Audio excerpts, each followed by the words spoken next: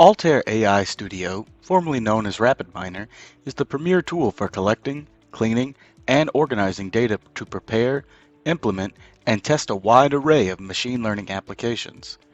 With this drag-and-drop interface, pre-built toolboxes, and user-friendly environment, AI Studio is capable of efficiently generating results for a wide range of audiences, whether they are beginners, experts, or somewhere in between. To demonstrate the power of this tool, we will walk through an example process involving a personal hobby of mine, Legos. Specifically, we will be collecting information about Lego sets, cleaning the data set, and attempting to build a model that can predict the price of a given Lego set.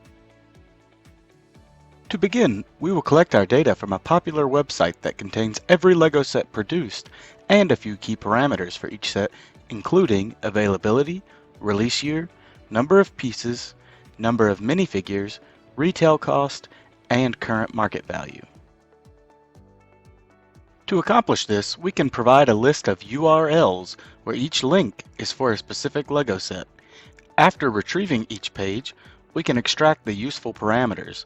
There are many ways to do this, but I chose to search the HTML for the definition of the variables I am considering in this example.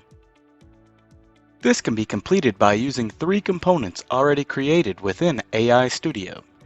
Get Pages, which will retrieve the web page information for each provided URL. Data to Documents, which will temporarily store the information from each web page as its own document. And the Process Documents subprocess, which will allow us to extract the useful attributes from each document and store them as examples in a dataset.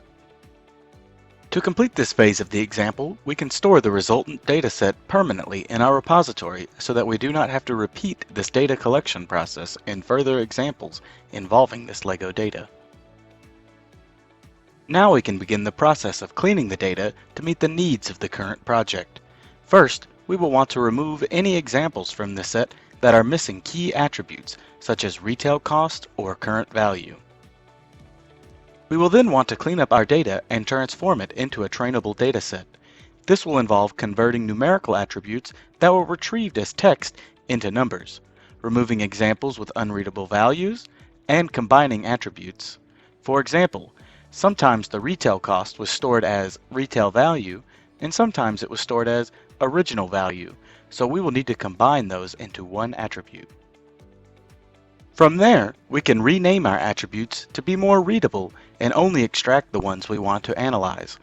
This process includes removing any placeholder or duplicate attributes that were created in the cleanup process, and it will let us filter the data one last time to ensure we have a clean and complete dataset.